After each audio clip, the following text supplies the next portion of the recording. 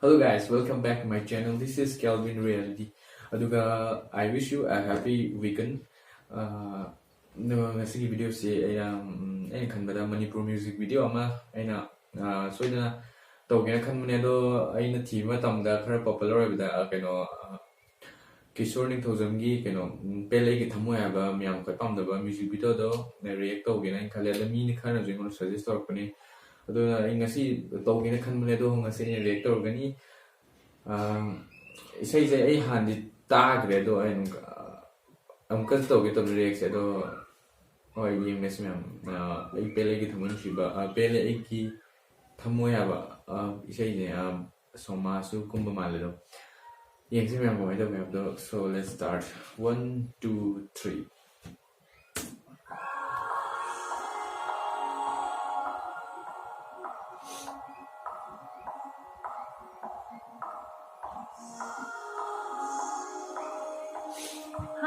Hi. Som se research में गिला को देना ट्रा. Oh, Mani. Sige painting sige matang de kitang sa dok matang biya. यानी सिसे शोही my expedition को वे बका. सिसे agent excuse me. No problem. Sige kay Manipur Museum daro. Male. Okay no di Kishore Ningthoujam gi mamang mai isai do du tha male.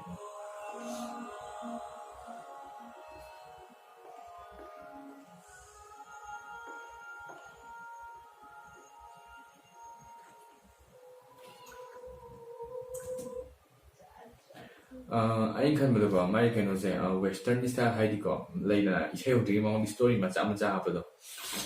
Assume style they palm. This is my palm, I told it. Pergomina Zoo Heidi music video, Madam Ningos, my super style don't palm and palm is super.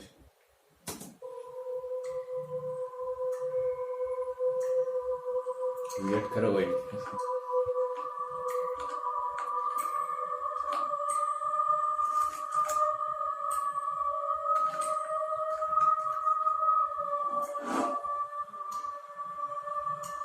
Sakta chuta waidagi jumkhonita mahakagi thokibana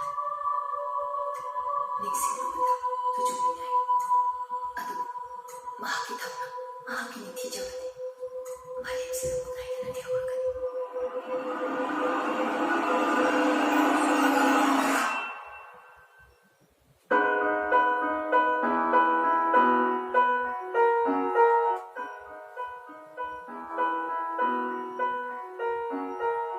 Oh, lovely by down.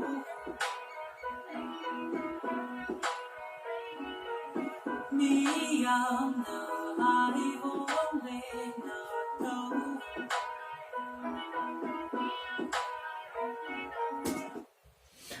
Aina kino se mamang Kishore gi siga tharagadi ko magi isai je Manipur gi haragadi music video animaga sing kino maga MP3 bo mane tag se do magi my music video ke isai maming do kai isai maming do ka awre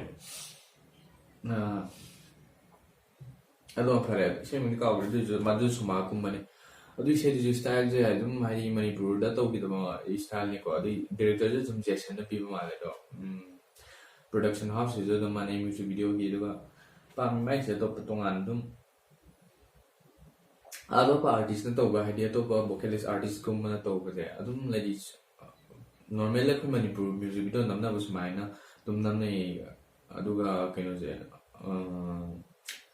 je keno gi ni Kishore gi jo dum hadi kara unique oi ko mamang da artist kara je to me do jo man mo ho do atopa hadi sumlai dana sumle pa me kara unique oi na tawga se dum phase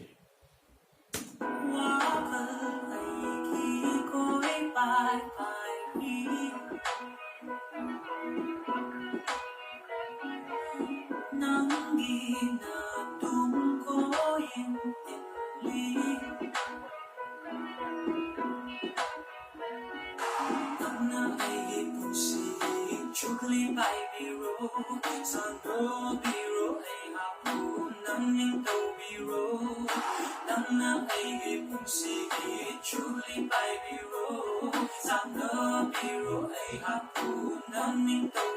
Pelle thamoi, Pelle thamoi, aina mani thamoi, Pelle thamoi, Pelle thamoi, thamoi, thamoi, Pelle thamoi, thamoi, thamoi, aina mani thamoi. ꯑꯗꯨꯒ ꯈ꯭ꯋꯥꯏ ꯉꯛꯄ ꯑꯃꯅ ꯀꯤꯁꯣꯔꯁꯦ ꯁꯨꯃꯥꯏꯅ ꯀꯣꯔꯤꯌꯣꯒ꯭ꯔꯥꯐ ꯇꯧꯔꯛꯄꯅꯤꯁꯦ ꯊꯥꯖꯕ ꯋꯥꯠꯂꯦ ꯑꯗꯣ ꯍꯥꯏꯗꯤ ꯈꯜꯂꯨꯕ ꯃꯌꯥꯝꯁꯦ ꯚꯤꯗꯤꯑꯣꯁꯦ ꯂꯣꯏ ꯌꯥꯎꯋꯦ ꯑꯗꯨꯒ ꯁ꯭ꯇꯣꯔꯤ ꯂꯥꯏꯟꯁꯦ ꯒ꯭ꯌꯥꯟ ꯇꯥꯗꯦ ꯑꯗꯨꯏꯁꯨ ꯑꯗꯨꯝ ꯌꯦꯡꯕ ꯅꯨꯡꯉꯥꯏ ꯑꯗꯨꯝ ꯄꯥꯝꯃꯦ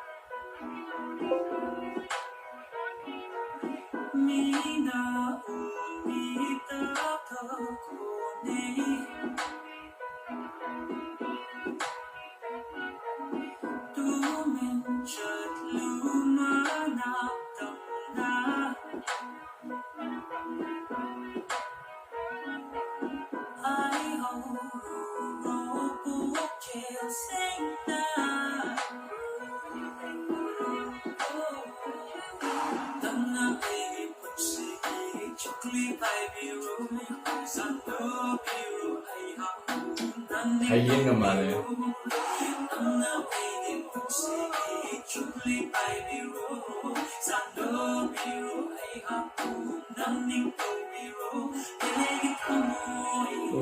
ꯎꯍꯤꯁꯤꯗꯤ ꯄꯥꯝꯃꯦꯍꯦ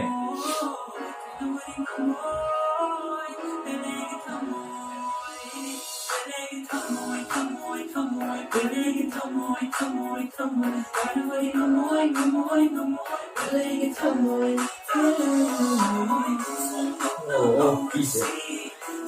Kasi ginawa ganito mo din. Ayun ba? Change. Sabay mo change sabay ba?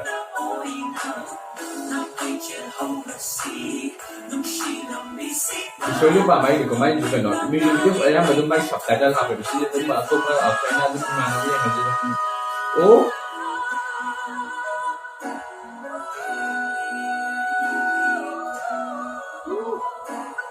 That voice.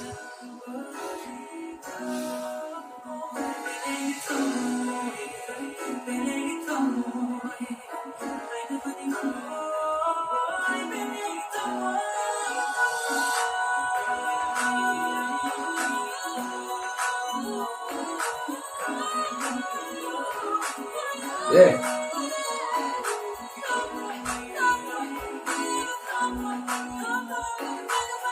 Opera type of music lah.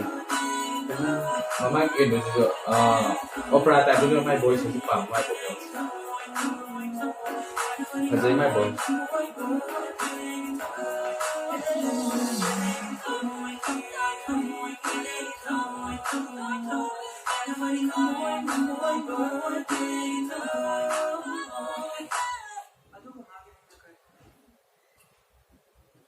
Excuse me, sir. Sige, Ariasi, guest yun na di permitted oil at song mo siyang ba sa side? Sida pinong ba eh?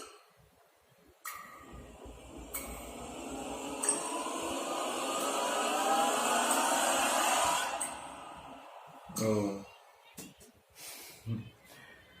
Okay.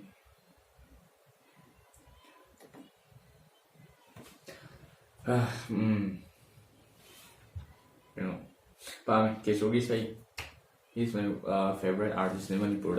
Pop type I am the pop style pop say go. Sometimes look at Manipur with the genres to in a late idea.